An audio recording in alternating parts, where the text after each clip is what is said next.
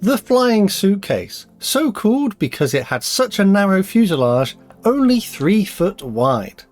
Hello everyone, I'm Matt, this is Model Minutes, and join me on the workbench today as I build and review the Airfix Handley Page Hampden from the Vintage Classics range. Let's get this one down onto the workbench.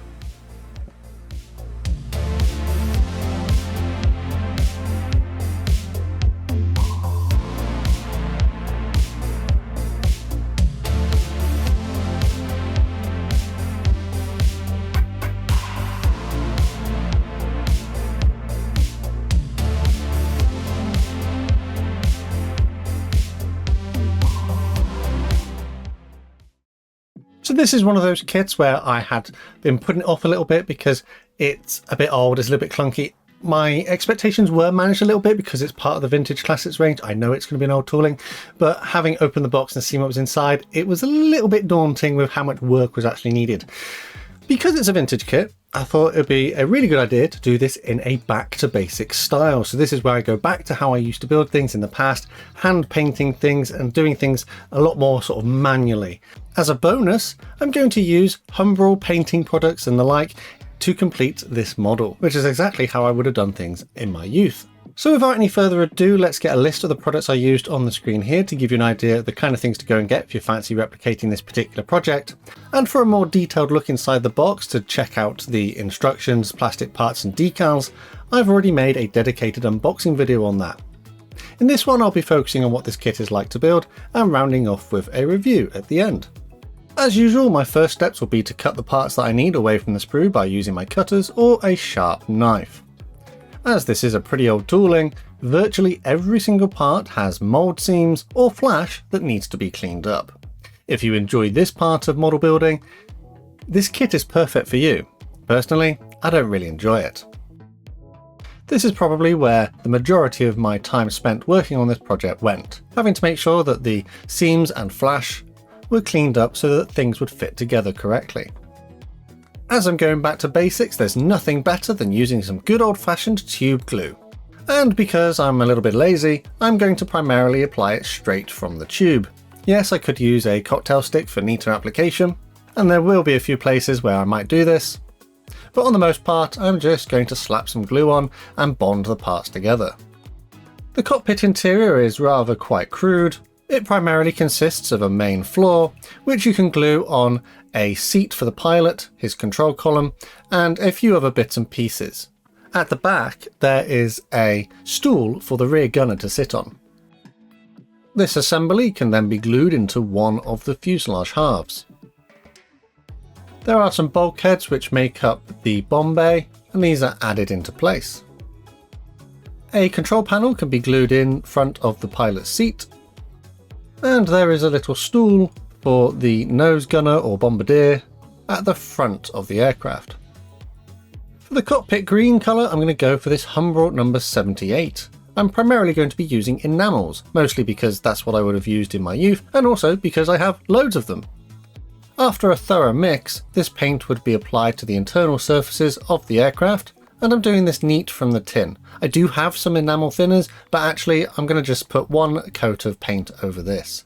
It does have a long drying time, which may slow down my progress. I don't have all the colours that I need in enamels, so this acrylic, which is number 32 and is dark grey, was painted onto the control column and also the control panel. Moving on to the crew figures, I'm going to use this Humbrol number 96, which is an RAF blue, as their overall base colour. I've glued them onto a piece of sprue to make this part of the process much easier. When that was done, some 24 trainer yellow would be painted onto their life vests. Then 62 leather would be painted onto their gloves, their flying helmet and their boots. That dark grey makes a reappearance here and was used to pick out elements of their face masks and goggles. Whilst the figures are drying, I'm going to use some Clearfix, which is a clear glue for clear parts, to attach some of the windows. There are these side windows on the lower side of the aircraft, where one of the gunners sits, and these were glued into place here. And then the gunner's little seat could be added into the slot. I will make sure I paint this before I add the gunner. And now all the crew can be added into their various positions. So these 4 crew members are a little bit crude. They don't look amazing, but I think they just fill in the gaps to hide the fact that there's not much internal detail. It is nice that you get some crew because it means that your aircraft is now piloted and could be displayed in a flying pose. After this, some Humbrol decal fix would be painted onto the control panel, and then the decal, which is included for the dials on the control panel, was soaked in warm water and slid into position. The decal fix should help soften it and stick it onto the surface. There is a support arm for the dorsal gunner's machine guns, which I will add here, but I will leave his machine guns off for now and add them at the end of the build. Humbrol 53, which is a gunmetal colour, would be used to paint this support arm, as well as all the machine guns which are still on the sprue. It's at this point I can now join the 2 fuselage halves together. The fit is generally okay at this point, but there are some bits which are going to need addressing. In my particular example, I'm going to use some Humbrol model filler to fill in this kind of dent at the top of the model. This is how the kit came as purchased. It seems to me that in the factory someone kind of twisted the plastic parts off of the sprue and it's resulted in a bit of damage.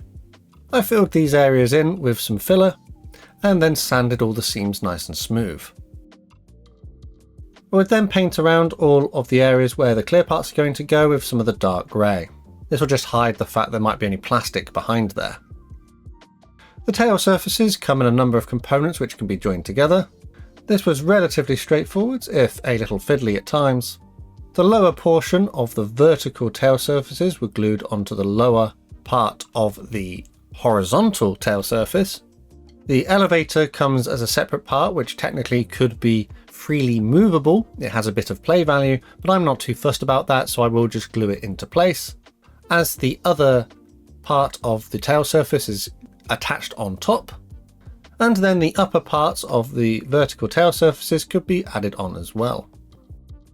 This tail surface could then be glued onto the rear of the fuselage.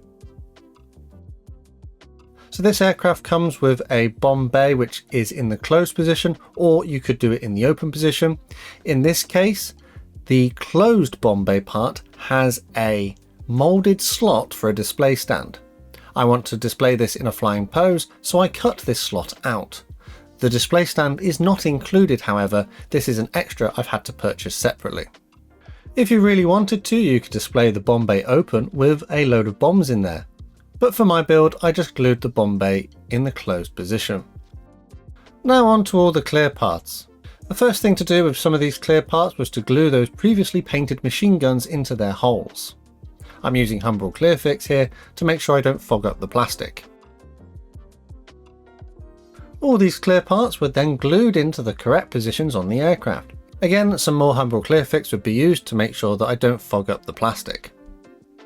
Normal polycement can cause this, but the Clear Fix shouldn't do this, instead drying clear and strong. So to display my aircraft in its flying pose, I'm going to raise the landing gear. The first step was to glue the wheel components together. The tyres come in 2 halves, and then the 2 halves of the hubs are glued into the centres of the tyre. The way Airfix designed this kit meant that you could technically have a landing gear which is operational in the sense that it raised or lowered, but you would have to just glue the landing gear covers open. I'm not fussed about adding the landing gear legs. I'm literally just going to glue the landing gear covers in the closed position on the lower half of the wing, and then insert the tyre into place in the slot from the inside. I found this the easiest way of doing it because you can position it so that gravity is holding the wheel in place as the glue dries. After this, the upper wing half can be glued into position, as well as the aileron. The aileron, again, just like the tail surface, comes with a separate part, which could be freely posed if you'd prefer, but I'm not too fussed about that, so I'm going to just glue it all solid. And as mentioned earlier, everything just needs a bit of a sand, just to tidy it up and make it look a bit neater. For the engines, the rather crude engine representation can be glued into the engine cowling. There are some smaller details such as engine exhausts and air intakes which are glued onto the side. And it is worth noting that you should add the propeller at this point with a retaining pin if you want it to freely rotate, but I'm not fussed about that, so I'm just going to glue it on at the end of the build after painting because I think it'll be easier. With the engine assembly completed, it was glued onto the nacelle on the wing. There are some smaller details here which can also be glued into place, which I made sure that I did. Before I can add it onto the side of the fuselage of the aircraft though, I do have to modify the attachment tab. I found the tab was just too big, it doesn't quite fit. I did have to clean away some material and sand bits away here and there to try and get it in the correct place. As well as the slot on the side of the aircraft, it's just everything doesn't quite fit. Everything needs a little bit of work to get it to fit together. But when I'd done that, I glued the wings into position. Because of the work that I've done, I found that the wings fitted much better and I didn't need to use any filler. Both wings have been assembled in the exact same manner, so they could be attached at this point. On the lower side of the ailerons, there are these weight balances, which can be glued into these little slots. And on the bottom of the tail, there is a hole for the tail wheel, which was glued into place. There are some other moulded slots as well for this component, which was glued on the bottom of the tail. And a nose machine gun for the pilot to fire was added into its kind of moulded position on the top of this clear part. The aerials on the top of the aircraft were glued into their relevant holes. And then I turned my attention to the external bombs. So these come in two halves, which were then glued together, and then the kind of cylinder on the tail could be attached. This aircraft has the ability to carry two bombs on pylons under the wings. So I know I said I was going to do everything here Humbrol related, but actually I've got one extra accessory that I'm going to use, and this is a UK scale modular masking sheet for this kit. I'd bought this a little while ago, back when I wasn't quite sure what I wanted to do with this kit, and because I've paid for it, I'm going to use it. So originally I probably would have hand painted the framework, but because I've got this mask sheet, I might as well put it onto the model.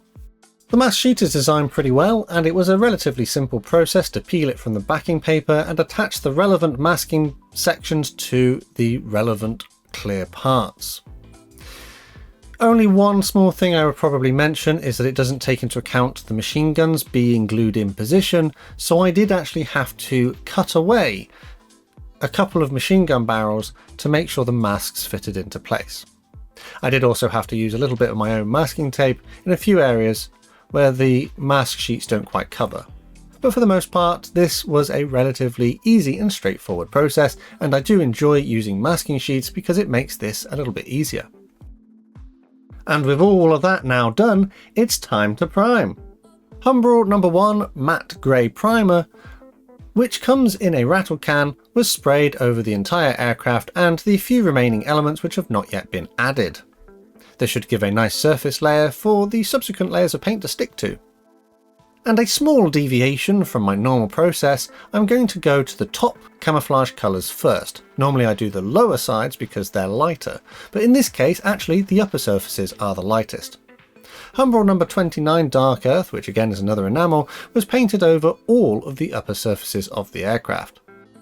After this, Humbrol 30 Dark Green would be used to replicate the camouflage scheme as laid out in the painting instructions in the kit. The painting instructions in the kit are in full colour, which means that I can kind of replicate this as accurately as possible. This was done carefully by hand, and I only actually ended up needing one coat of paint for each of these colours. But, of course, the drying time was much longer than I'm used to. After this, number 85, which is a satin black, was painted onto all of the lower surfaces. I did have to try and replicate the slightly wavy line across the fuselage where these colours meet. I did this carefully, trying not to make a mess of any of the other colours I've already applied. When that was done, this Humbrol clear gloss would be painted over the entire aircraft using a fairly wide brush. This clear gloss works pretty well and should prepare the surface for the decals in the next stages. Before I can get to the decals though, there are a few little bits of extra painting that I need to do. So on the engines, I've added some masking tape to get a nice clean edge, and then some Humbrol 53 gunmetal was painted onto the engine details themselves, as well as the outside of the cowling. Towards the back there are the little radiator flap type things, and these need to be painted in silver, so number 11 silver was used to paint these parts. I did this carefully by hand with a slightly thinner brush to try and get it in the right places. I'm not particularly impressed with this particular silver paint. Humbrol does struggle a little bit to get their metallics as vibrant as other companies. I did make sure to also paint this onto the landing light on the edge of the wing. 24 Trainer Yellow makes a reappearance here, and I used this to paint the bombs and also the tips of the propeller. And now on to decals. So you get one small sheet of decals for this kit. There's not that many here. Mostly it's the registration codes and identifiers for the aircraft, but there are a few little stencils as well. The sheet would be cut into more manageable parts, and then the cartograph decals were dipped into some warm water to help release them from the backing paper. And if you ever get confused by your brush water and your cup of tea, why not get a brush water mug and help support the channel? It means you never make that mistake again. Just as before, Humbrol Decal Fix will be used to apply the decals. A small amount could be painted onto the model where the transfers are going to go. The decals slid into position, having been previously soaked, and then a little more decal fix applied over the top to help soften them into the surface. I try and use decal fix a little bit sparingly because I find it can leave a glossy residue. But a couple of thin applications should help soften these cartograph decals into the surface of the model kit. However, this model does have lots of raised details, so it is a real challenge for them to soften into them. For the most part, the decal application stage was relatively straightforward. It wasn't particularly complicated and didn't throw up any real challenges. When that was done, I wanted to seal everything in with some clear matte varnish. I'm not going to do any weathering to this kit. I'm literally going to do it as an out-of-the-box build. And this clear matte varnish should seal everything in and help protect it, as well as dulling down that shiny finish from the gloss earlier. Annoyingly though, although this is a matte varnish, it doesn't come out as matte as I would like. It's still too glossy. This is something I've experienced with this particular product before. I find the clear gloss from Humbrol works really nicely, but this matte version, it just doesn't seem to really dull anything down. So what I'm going to do is revert to something I have used in the past. This is Humbrol number 49, which is a matte varnish, but it's like a paint version rather than a clear coat. This was thinned down with a little water, and I might add it was hot water because I've found that if you do it with cold water you get a chalky residue, whereas hot water doesn't leave that. I don't really know why, but this was the solution that I have had to that problem in the past. And again, this was painted over the top to help dull everything down, which it did to a better degree than the previous product I used.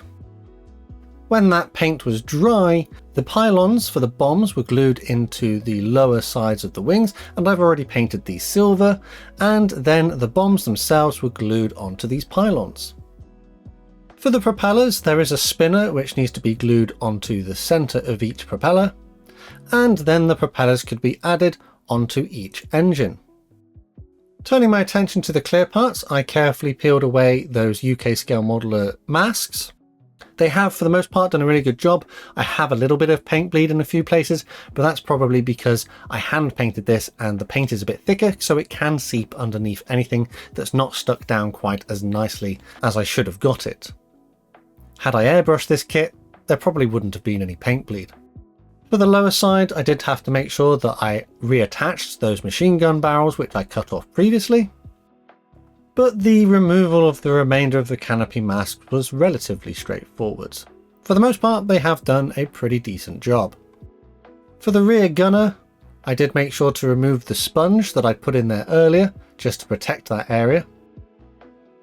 And then this rear gunner's machine guns could be glued onto that mounting point.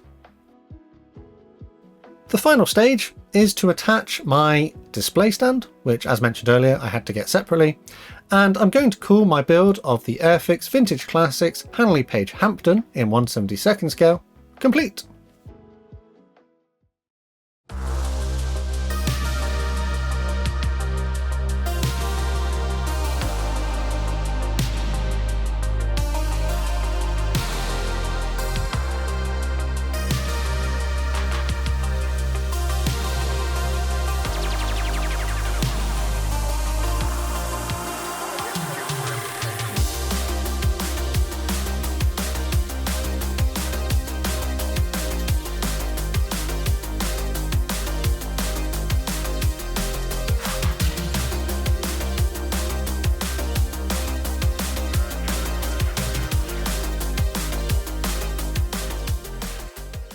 And that's another build under the belt. So what I'm going to do is talk about the things that I don't really like about this kit first, and then swing into the more positive aspects.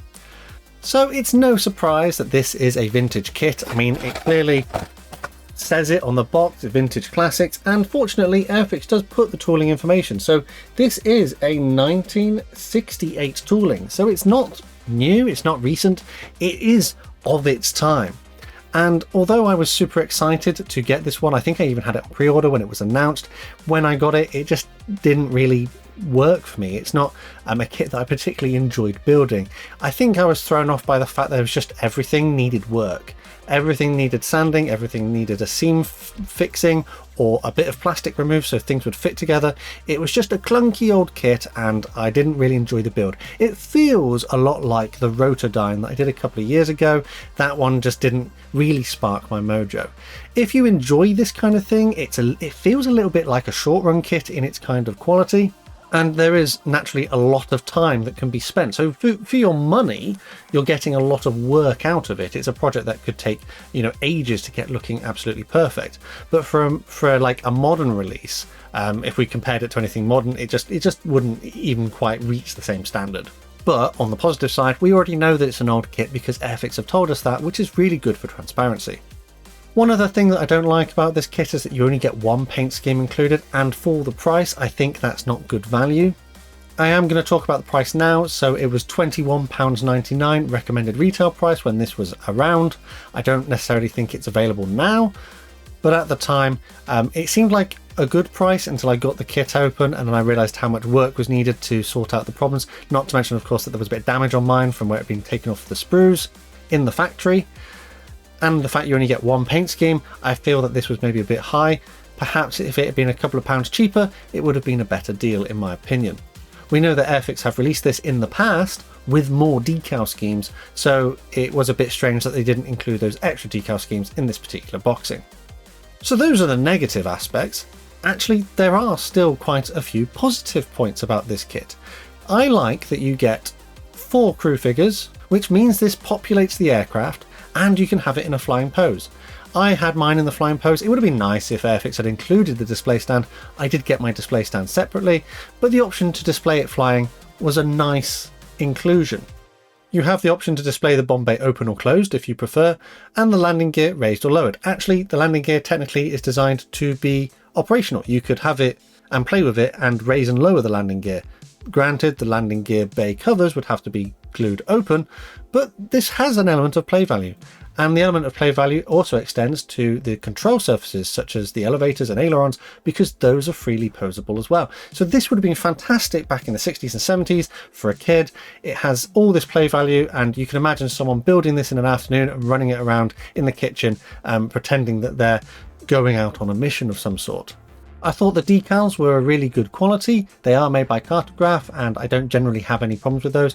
And despite the fact that this has a lot of raised rivet details, actually the decals for the most part did settle into them quite nicely. I didn't notice anything in the way of silvering in the finished build, which is really good. I did also really enjoy going back to basics with this one and just hand painting everything. Other than the primer, which came in a rattle can, but it was really therapeutic. I just enjoyed sitting down, just painting and, listening to things, putting my podcast on, etc. Just enjoying the process of building it.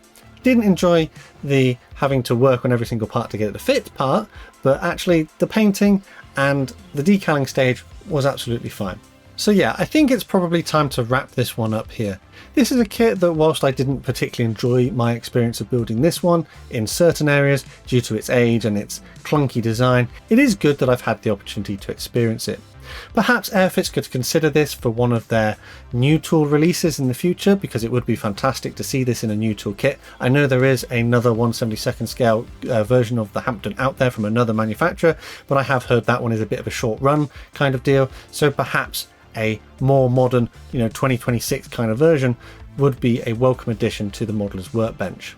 I would be very surprised if we see this one released again in the future, given the age of the tooling and some of the problems I experienced with this kit. But do let me know what you think of my build of this kit and if my assessment of this kit was fair. Have you built this kit and experienced some of the same things that I did?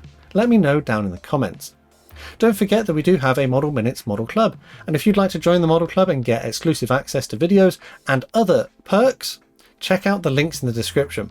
Massive thanks to these guys on screen for the extra support they give the channel, allowing me to create consistent content. There are other ways to help support the channel if you prefer, and again, full information is below the video. The best way to support the channel for free though, and make sure you never miss out on a modelling video, is by subscribing with notifications turned on. Finally, the last thing to say from me here at the Workbench is a massive thank you to you for watching this one, and I'll see you on the Workbench again next time.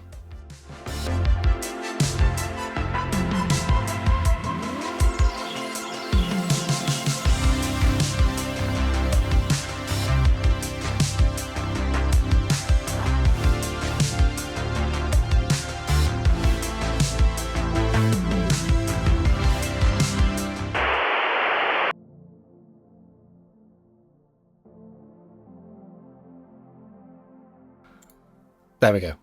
Now my microphone is on. I was not had it muted. Just as well I spotted, because otherwise I would have been talking for like half an hour and I would have to do a whole thing again. So hopefully this is working now. What are we doing? Airfix Hampden. Take one. And the only take, it's going to be the only take. I'm going to do this in one shot.